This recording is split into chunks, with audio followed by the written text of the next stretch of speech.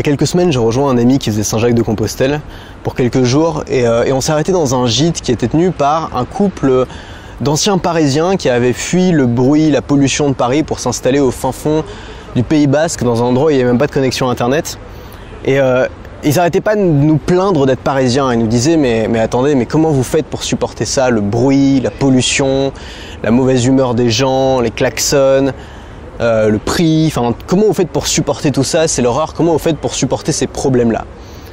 Et la nuit qu'on a passée chez eux, il a tellement plu qu'il y a eu un glissement de terrain sur leur allée et il y a la moitié de leur allée qui permettait d'aller au gîte en voiture qui était couvert par de la bouse. Et donc ils ont passé toute la journée à essayer de déblayer cette allée, à essayer de remonter le terrain, à replanter la barrière, à virer la bouse avec le tracteur pour pouvoir à nouveau passer.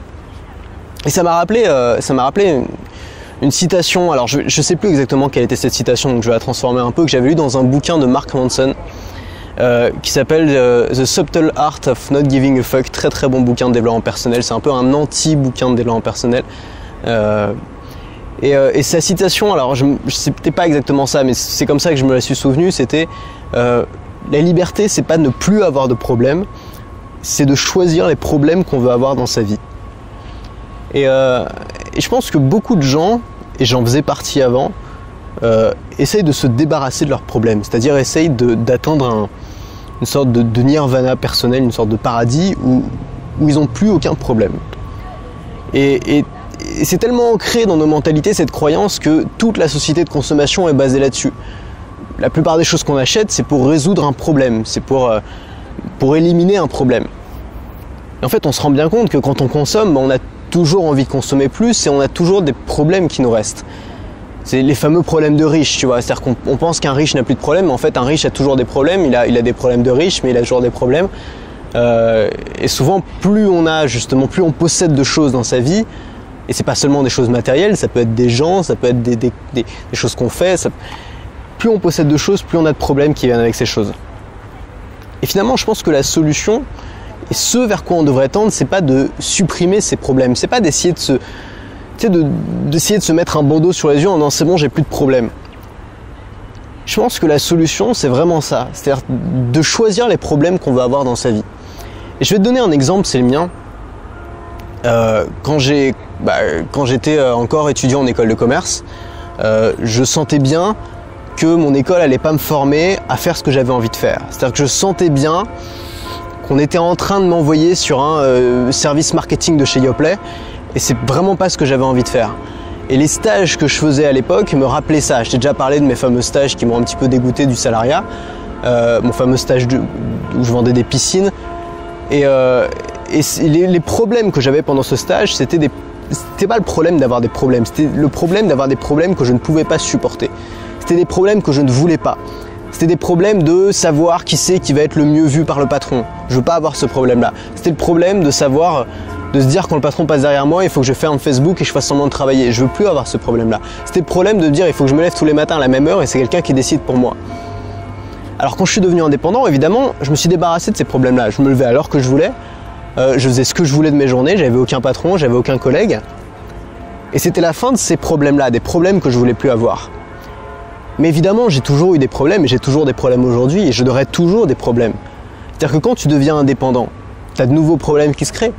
Tu as le problème de savoir ce que tu vas faire de tes journées, parce que plus personne t'oblige à faire quelque chose, donc tu dois toi-même t'organiser. Tu as le problème de vaincre la flemme, de savoir ce que tu vas faire, de te motiver. Tu as le problème de la solitude. C'est-à-dire que tu te retrouves un petit peu seul dans ce que tu fais, tu n'as pas tes collègues sur lesquels t'appuyer. Tu as le problème du risque que tu prends, le risque que ça ne marche plus, tu n'as personne pour te sauver. Et finalement, c'est exactement pareil avec ce couple de Parisiens qui avaient décidé de vivre au Pays Basque. C'est qu'ils ont renoncé aux problèmes de la grosse ville parce qu'ils n'aimaient pas ces problèmes et ça se sentait qu'ils ne voulaient plus de ces problèmes. Ils ne voulaient plus de klaxons, ils ne voulaient plus de mauvaise humeur des locaux. Ils voulaient plus de métro, boulot, dodo, ils voulaient plus du bruit, ils voulaient plus de pollution. Qu'est-ce qu'ils ont eu à la place? Passer une journée à ramasser la bouse. Et finalement, c'est ok en fait. C'est juste, c'est pas qu'ils ont moins de problèmes, c'est pas qu'ils ont moins de choses à faire. Je pense qu'au contraire, ils ont beaucoup plus de choses à faire. Vivre dans une maison à la campagne, c'est plus de boulot que vivre dans un appart à Paris. Mais c'est des problèmes qu'ils ont choisis. Et ces gens-là étaient heureux. Ces gens-là étaient vraiment heureux de leur nouvelle vie. Ils se plaignaient pas de devoir ramasser la bouse. C'était ce qu'ils devaient faire, il allait le faire, c'est tout. Et je pense que c'est ça la vraie liberté. Je pense que ces gens-là sont libres parce qu'ils l'ont choisi. Parce qu'ils ont choisi les problèmes qu'ils voulaient avoir. Donc je voulais juste remettre les choses un peu au clair parce que peut-être que si tu regardes un peu ce que je fais, tu te dis ce gars, sa vie a l'air trop cool, il a l'air d'avoir aucun problème. Bien sûr que si, j'ai des problèmes, je suis comme tout le monde.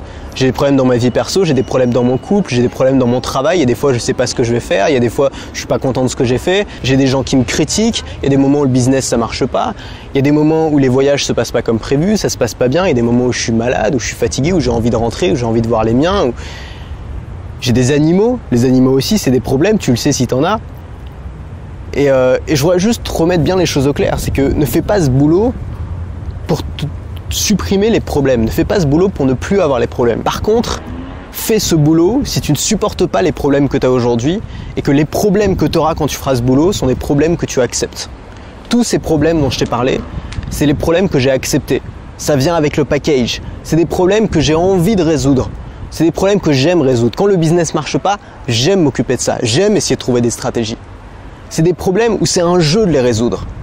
Par contre, le problème de savoir qui c'est qui va être le mieux vu par le patron dans une boîte, ça c'est des problèmes que j'ai même pas envie d'essayer de résoudre. C'est les problèmes qui vont juste m'envoyer en dépression. Il faut d'abord se connaître, il faut d'abord savoir ce dont tu as vraiment besoin, ce dont tu as vraiment envie. Quels sont les problèmes que tu as envie de résoudre?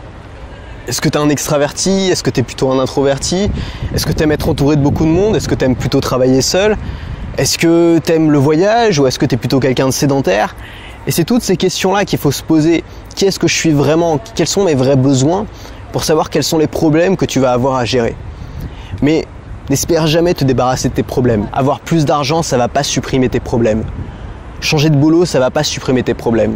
Changer de partenaire, ça va pas supprimer tes problèmes. Ou te mettre en couple, ça va pas supprimer tes problèmes. Ça va simplement les remplacer par d'autres problèmes. Et je pense que c'est vraiment le secret pour être heureux. C'est pas fuir les problèmes, c'est choisir les problèmes. C'est ça la liberté. Voilà, alors cette semaine on parlait de voyage. Je vais pas trop faire le pitch, mais j'ai fait une grosse formation dans laquelle je t'explique comment je fais pour voyager autant, comment tu peux voyager, quel que soit ton budget, comment tu peux voyager simplement en réservant tout au dernier moment, comment tu peux voyager sans anxiété, en étant libre. Tout est là. Le tarif de la formation augmente tous les 48 heures. Si tu veux en profiter, tu as un lien en description, c'est le premier lien. On se retrouve tout de suite dans cette formation si tu l'as pas encore déjà prise. Et puis moi, je continue mon petit voyage à Budapest.